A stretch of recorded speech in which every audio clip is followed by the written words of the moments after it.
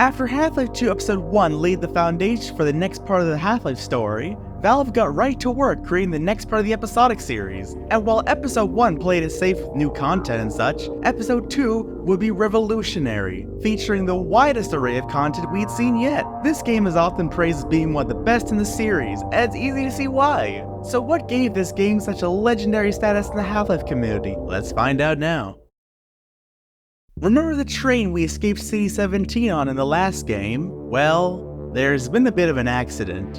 Gee, who would have thunk that the Combine might not be so good at maintaining human architecture? But after reconnecting with Alex, we get a good glimpse of the ruins of the Citadel and the now destroyed City 17. Well, they say it's destroyed, but I do see a lot of buildings that still look pretty fine to me.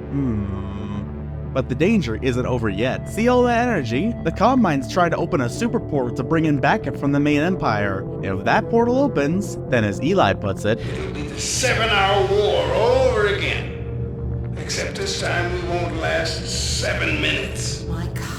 But thankfully, our old friends have set the perfect plan. They've set up at an old Cold War base called White Forest, where we can fire a rocket up into space. It, in tandem with the rocket we launched all the way back in Half-Life 1, can neutralize the super portal before it opens. And on top of that, we have some important data from the Citadel that must be viewed by the science team. So now we get to go on a grand adventure through the countryside to White Forest, right? Ah! Oh my God.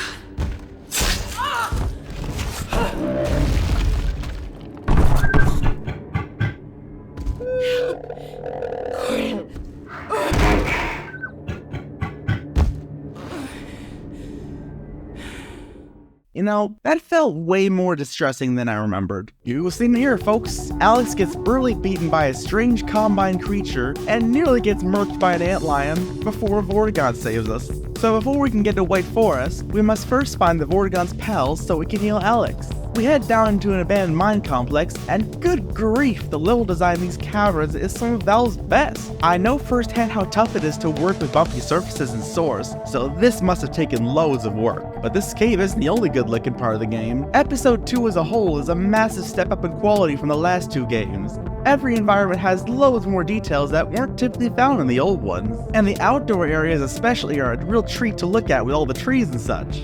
Not to mention, Valve experimented a lot with cinematic physics in this game, which looks incredibly smooth for the time. But back to the gameplay, we traverse through these caverns before making our way to this fun little arena. The Vortigaunt is here, keeping Alex stable, and we must defend her alongside these two funny fellas, Griggs and Sheckley. Each wave will have groups of Antlions storming the place through the tunnels, which you've got to hold off. It's a great arena that I never forgot, and I'm sure it was a highlight for many. But after this is over, a bunch of Vortigaunts come in and help us fend off the last wave of Antlions. And trust me when I say, it's a big wave. Oh, and rest in peace to these turrets. You're making bad! Oh my God! I'm about to die! But after that's over, one of the Vortigaunts leads us through the caves in order to find a special Antlion extract that can help heal her. And while the first half of this journey is plenty of fun, the second half...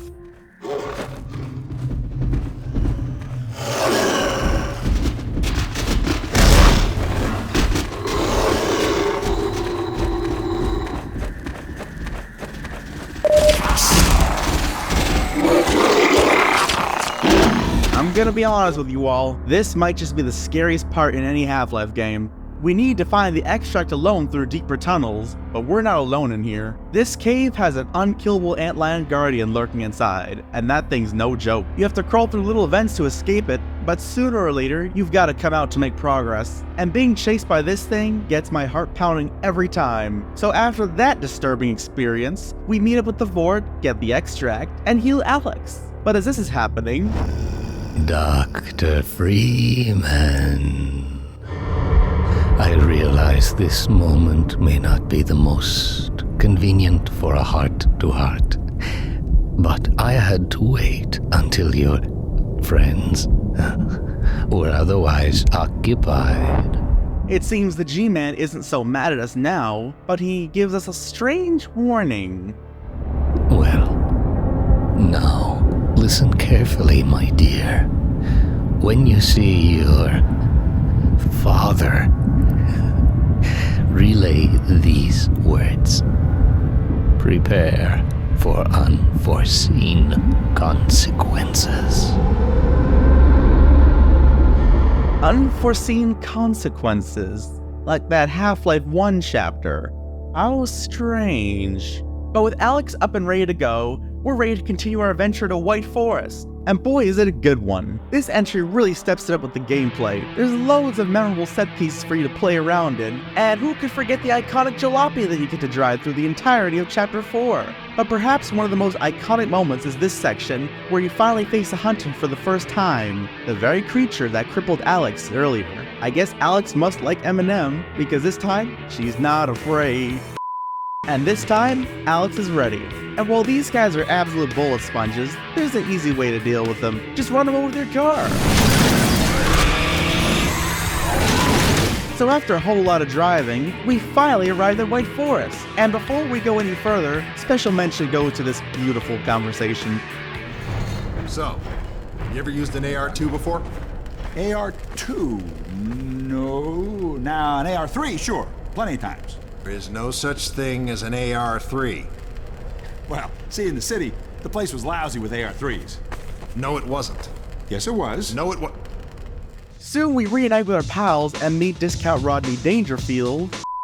We meet Dr. Magnuson, who sends us through the facility to take care of some crows who keep messing with the alarm system. Unfortunately, that ain't what's causing the problem.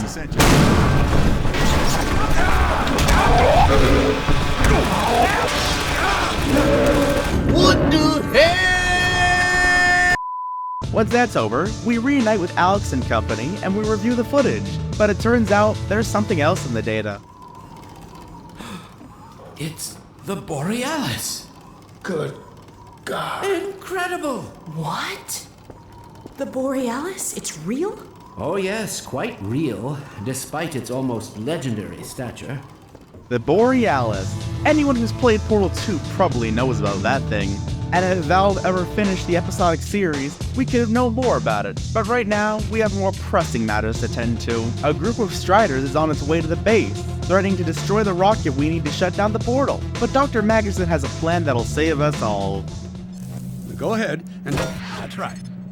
Now toss it at the main body of the Strider. Good. Now, take out the firearm of your choice and shoot the device.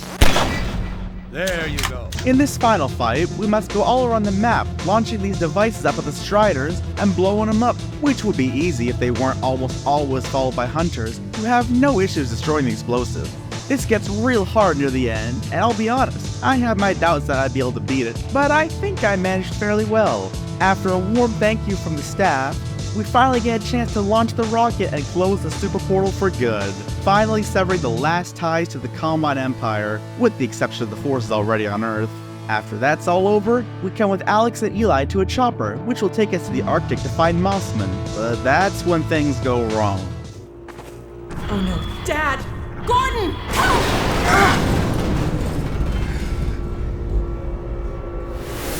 Dad! Alex! Dad! Oh. Get away! Listen to me. Destroy that ship. Whatever it takes. Destroy it. Don't! Dad, look out! No! Dad! Dad! God damn it, let go of him!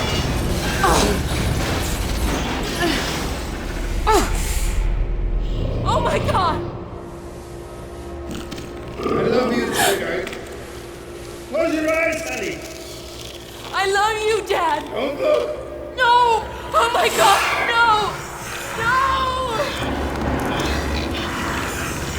Gordon! No!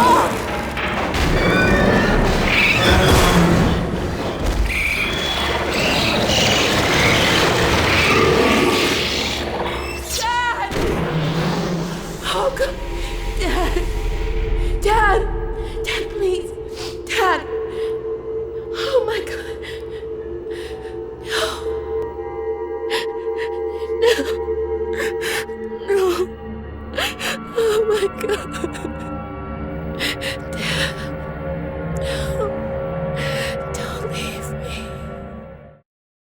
And with that unfortunate ending, not only did episode 2 come to an end, but the series as a whole for 13 years. But we aren't here to sulk about the delay, everyone's done that already. We're here to remember episode 2 and what it did well, and there's a lot in that category. From new enemies to fantastic environments, this game is one of the most memorable ones I've ever played. And while the driving mechanics were a little stiff, I still love that jalopy. And if you liked having Alex with you in the last game, you'll be happy to know that she's just as present as in episode 1. Overall, this game is one that's surely deserving of another playthrough, and if you haven't played it before, you're in for one sweet treat. Have fun, folks, and thank you dearly for watching.